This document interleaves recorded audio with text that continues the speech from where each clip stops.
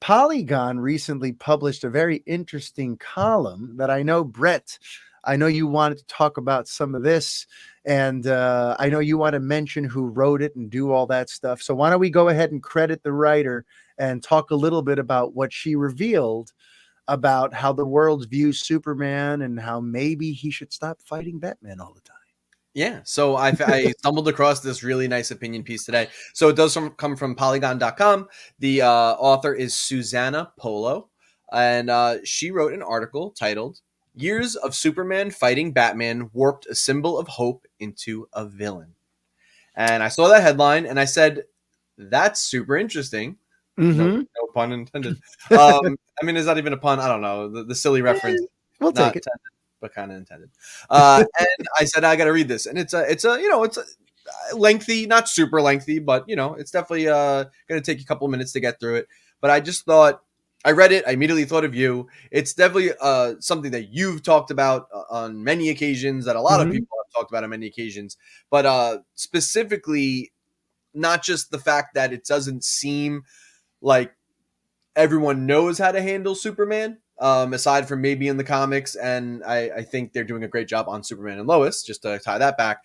But Yeah. specifically focusing on the fact that Batman and Superman have fought so much. And the way Susanna describes it in here is this David and Goliath situation, or she also uses the phrase a wall versus a wall climber. Mm-hmm. Superman being a wall versus a wall climber, and Superman always basically having to be the Goliath to Batman's David, and the reliance on the Yeah. underdog story, and how inevitably, even though Superman is that symbol of hope, we know the kind of character he's supposed to be.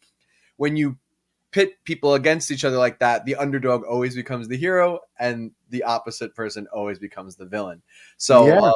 I it's thought, a very interesting article. It's dense. So I read it like once this morning before work, and then had a full day of craziness. So forgive me if my memory is not no, spot no, on. no. I mean, those Mario, were, you're definitely the guy to talk to about this, but I really wanted to, definitely hear you wax a little bit on this.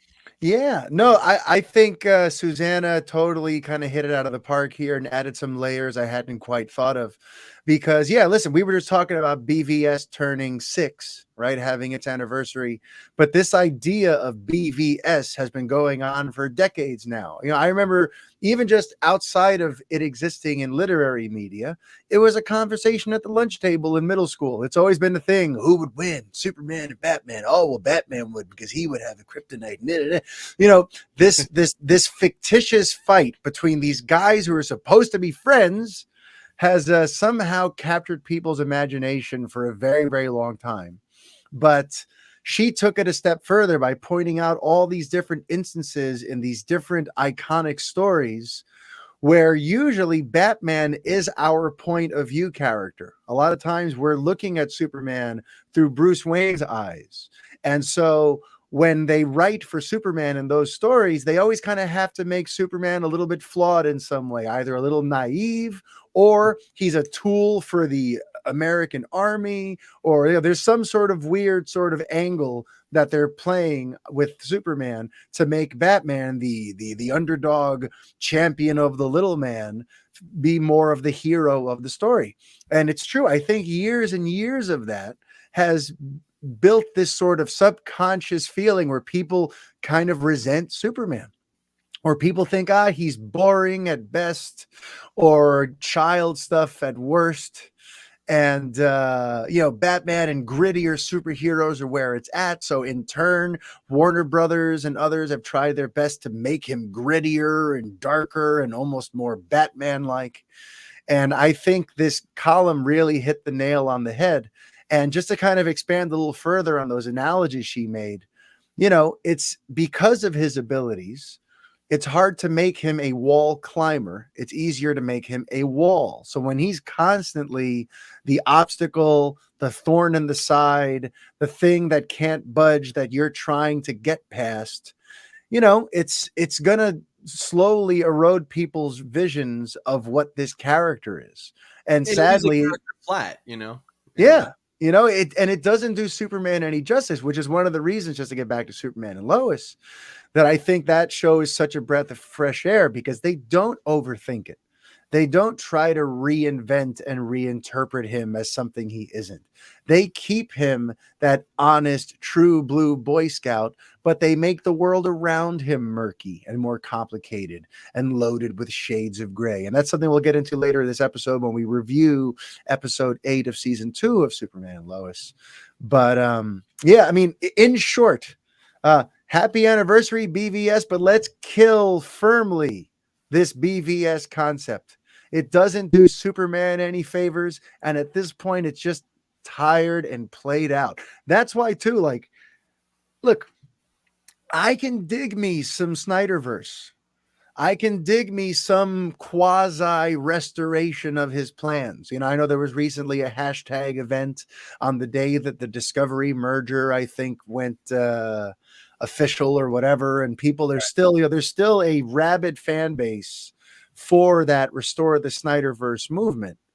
But honestly, since we know where he's going next and we're going down that injustice route where it's evil Superman that we have to bring down again, I'm kind of fine if none of that happens. If the Snyderverse returns in some other format, I've said this before, if Ray Fisher could bury the hatchet and we can get like a cyborg series on HBO Max, I think that'd be cool. If they could find a way to make Joe Manganiello's Deathstroke have his own new series or his own origin story that he had been building with director Gareth Evans of The Raid, let's do that.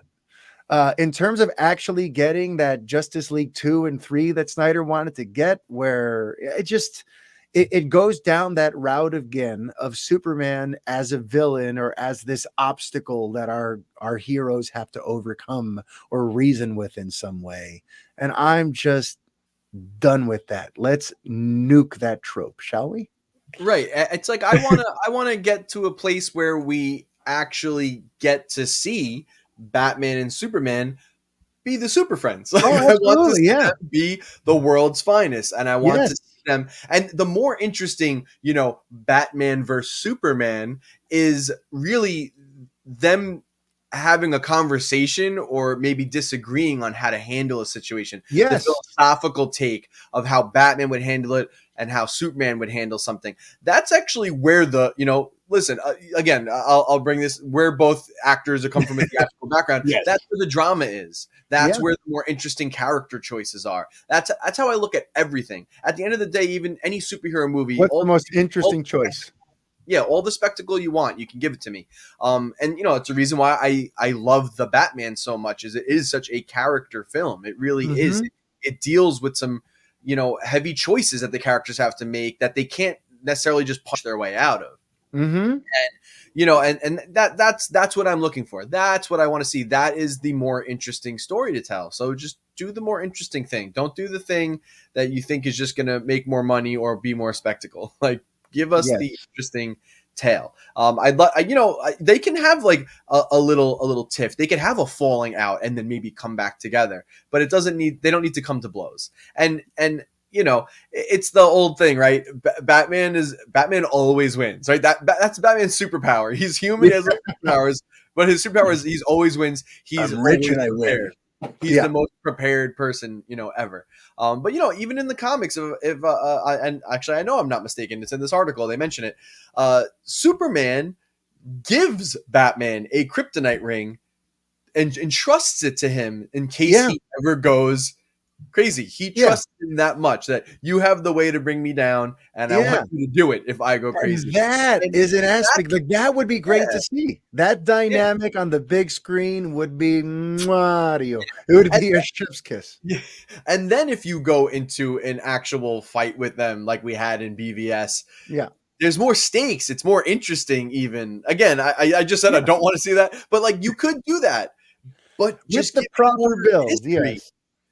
That was the problem ultimately with BVS, with Justice League. A lot of the choices that Snyder decided to make, or Chris Terrio or the writers. I mean, Snyder I think was involved in the writing too. Mm-hmm. That was the real issue, was that these choices just didn't have any history behind them, and they never really hit in the emotional core that they should have.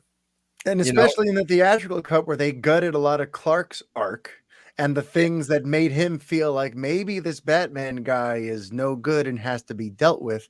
They cut a lot of that out of the theatrical cut Yeah. also. So it's, yes, I'm with you. I'm with Susanna. Let's end this crap with Batman and Superman fighting. Let's hope that the next time these characters are on the screen, we get that world's finest, chemistry that was only teased at moments in Justice League, or at the I bought the bank and all that sort of stuff. Like there are some fun little Bruce and Clark moments in Zack Snyder's Justice League. But let's make a whole movie where these guys are on the same page trying to deal with some large crisis where they have to split their talents, where Batman does what he does as a detective and Superman does what he does as a flying demigod who could do anything, uh, and have the have the tension build around their different approaches, but having them come to blows, having to frame Superman as some sort of antagonist. Let's be done with that, okay? Yeah.